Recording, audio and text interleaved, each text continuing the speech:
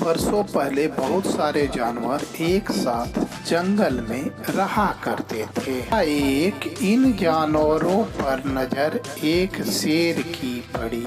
वह सोचने लगा क्यों न इनका भोजन बनाया जाए। तब वह एक भैंस का निशाना बनाकर उसका शिकार करने के लिए उसका पीछा करना प्रारंभ किया।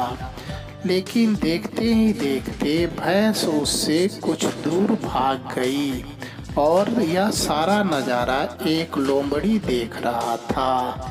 इधर भैंस सोचने में मशगूल हो गई कि अब तो शेर हम पीछे से भाग गया और वह एक जगह जाकर चारा खाने लगी। इधर सारा नज़ारा शेर देख रहा था और देखते ही देखते वह पीछे से भैंस पर अटैक कर दिया। आक्रमण करते ही भैंस गिर गई और शेर उसको चिथड़े चिथड़े उड़ा दिया।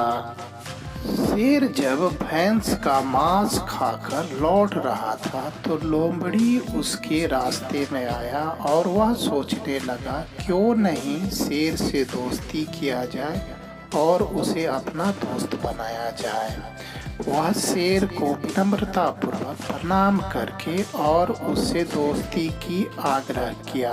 सारी परिस्थिति को देखकर शेर हैरान रह गया और वह बोला कि इसके पीछे कारण क्या है। तब लोमड़ी ने कहा कि महाराज, आप तो इस जंगल के राजा हैं और आप बहुत बलशाली हैं। मैं आपका सेवक बन के रहना चाहता हूँ। कृपया मुझे आप अपनी शरण में ले ले। मैं आपका सेवा करूँगा और आपकी जो बची खुची मांस होगी जो आप शिकार करेंगे उससे मेरा गुजर बसर हो जाएगा। शेर भी मान गया। इसी बीच उसी जंगल में एक दूसरा जानवर अपने आप को राजा घोषित कर दिया और कहने लगा मुझसे ज्यादा ताकतवर इस जंगल में कोई नहीं है। मैं ही इस जंगल का राजा हूँ। मेरा ही साम्राज्य इस जंगल में चलेगा और किसी का नहीं चल सकता। यह बात शेर को जैसे ही पता चला कि शेर ने उस जंगली जानवर पर आक्रमण किया और उसे मारकर खा गया। शेर का छोड़ा हुआ मांस थोड़ा बहुत गीदड़ भी खाया। हर शेर फील्ड में अपना कुछ एक्सरसाइज कर रहा था। उसे देखकर गीदड़ भी वहां धीरे धीरे पहुंच गया और बोला कि दोस्त, मैं भी अब तुमसे इतना ताकतवर हो गया हूँ, क्योंकि जितना मांस तुम छोड़ देते हो उस सारे मांस का भोजन करके मैं भी हिष्ट-पुष्ट हो गया हूँ और मैं अब तुमसे कम ताकतवर नहीं हूँ। मैं भी अब शिकार करूँगा। शेर लोमड़ी की बातों को कोई बुरा नहीं माना। लोमड़ी कहने लगा कि चलो अब मैं शिकार करूँगा और मैं जो मांस छोड़ दूँगा वह तुम खाना। हालांकि शेर चुपचाप सुनता रहा और समझता रहा कि ये क्या बोल रहा है। शेर हंसते हुए सुन रहा था।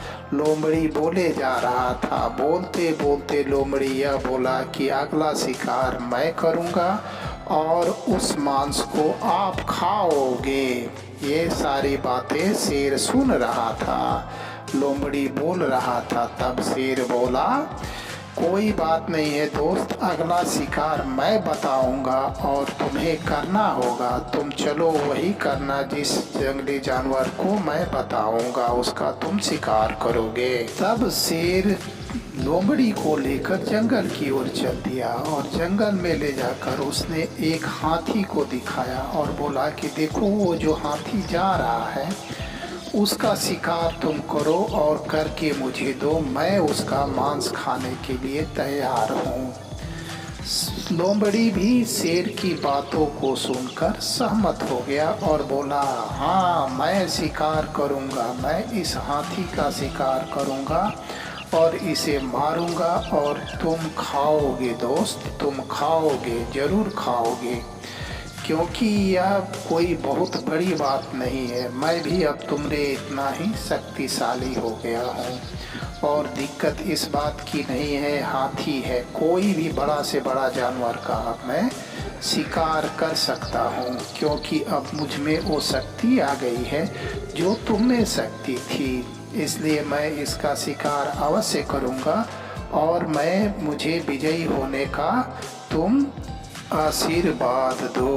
तब लोमड़ी हाथी के ऊपर पहाड़ के ऊपर से कूदकर चढ़ गया और यह सोचने लगा, अब तो मैं इसे मार ही डालूंगा, अब ये जाएगा कहाँ। पूरा चिल्लाने लगा, दहाड़ने लगा और उसके ऊपर ही बोलने लगा। इधर हाथी उस लोमड़ी को तुच्छ जानवर समझकर अपने पीठ पर बैठा हुआ देखकर वह लेकर चल दिया और वह सोचने लगा, यह क्या कर सकता है मेरा।